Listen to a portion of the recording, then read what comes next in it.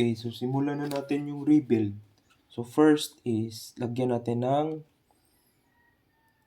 grasa. Yung mga lagyan natin. Grasa. Yung para madali lang pumasok yung bearing. So both sides po lagyan ng grasa. Yan. Tapos yung lagay mo lang. Kaya na pala pumasok. Yan. So align na siya. So itong isa naman, pinasok ko na yung spindle sa kanya. So yan. Para mas madali na lang siya. So wait lang guys ha. Nalato natin. Yan.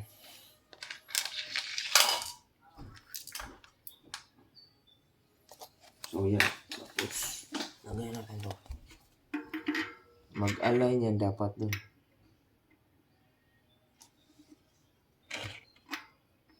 Yan. Align na yung spindle niya.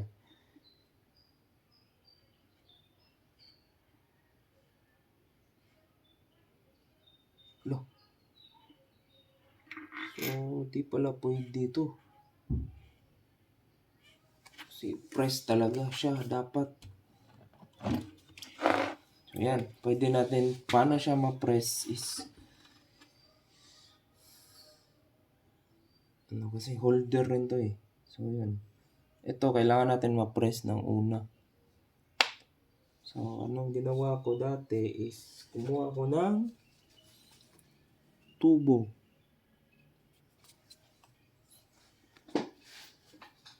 Three-fourth na tubo. Yan.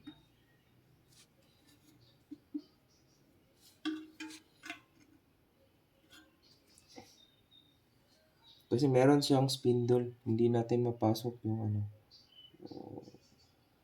kailangan makompress. Okay. So tap.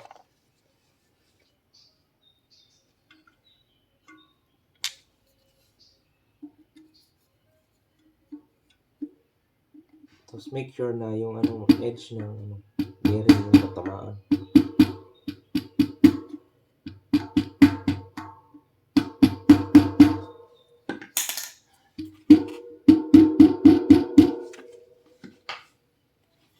Okay. Wait lang. Okay. So, a little bit puzzle. Solving to. Lagyan natin ito.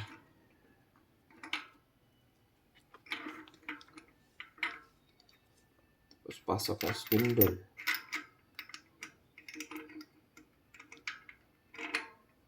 Uy, di aabot. Dapat aabot na.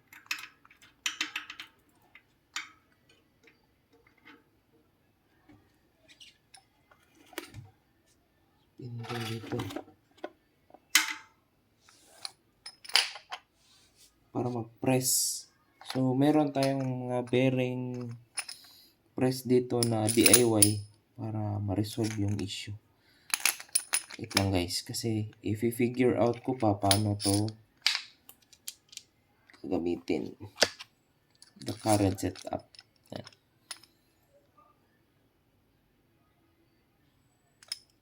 Yan siguro.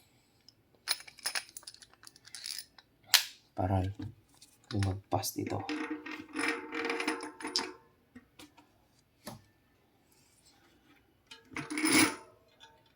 Lima dito, kailangan din ma-align sa kabila. Regarding, so pwede pala. Pwede sila mag-align yan.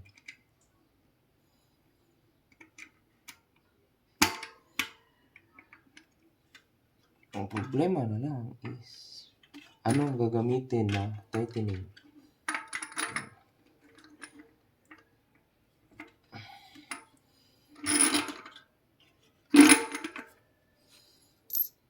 Dito kasya. Hanap tayo ng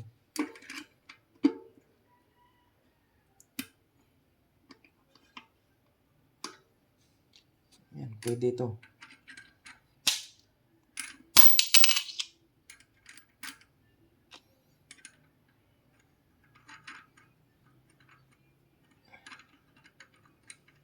Bearing DIY press tool. Ayan. Automatic na yan. So, yan yung bearing sa kabila. Medyo tagilid pa yung press.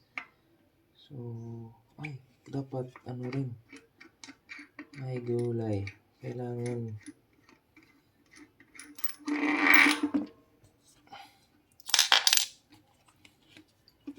pikas.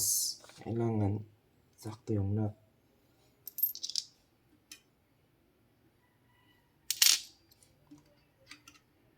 Sakto yung nut. Yung ganyan. Sa kabila.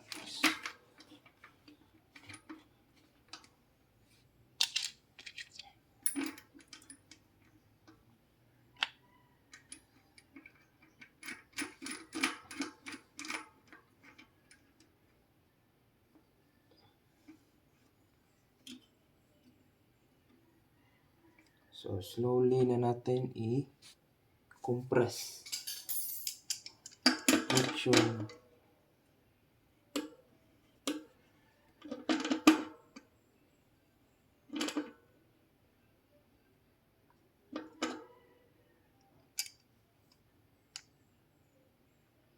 okay na dito sa kabila. So, na-press na dito.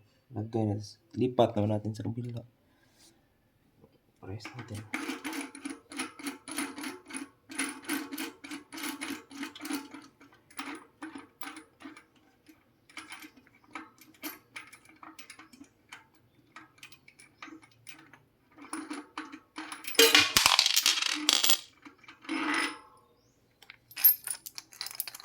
Actually, pwede na yung press, yung end caps yung gagamitin natin dito sa magkabilaan.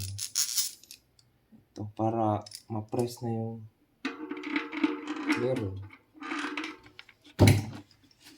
Ayan. Ayan natin.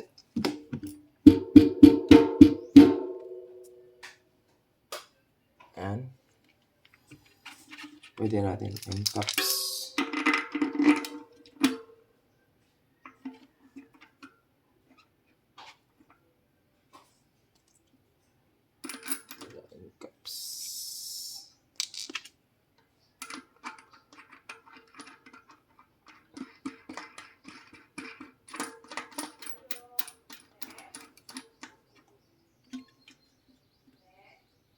Press na natin yan.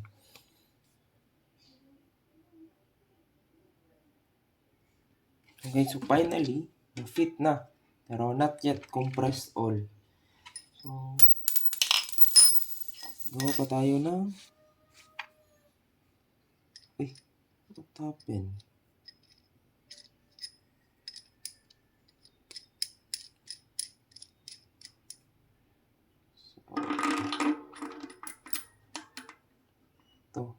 Last compression na lang to resolve the issue.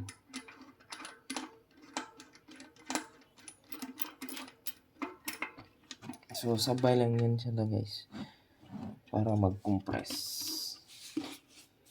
So hold yung dito sa kabila, turning.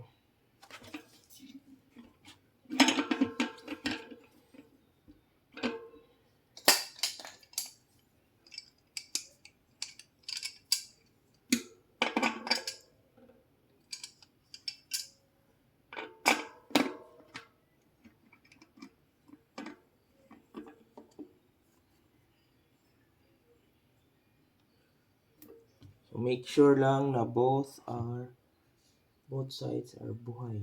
Yan.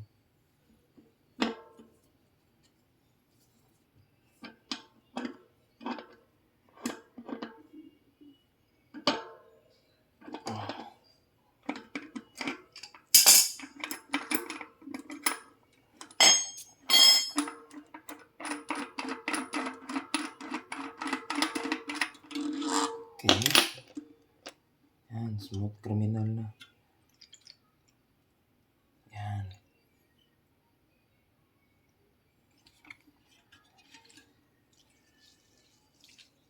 Yan, that's it. So, buhay na yung KOOZER hubs.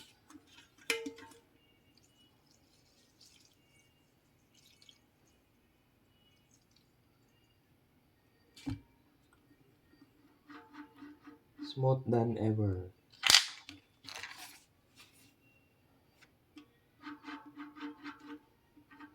Tapos lagyan nyo lang ng grasa yan para mabuhay.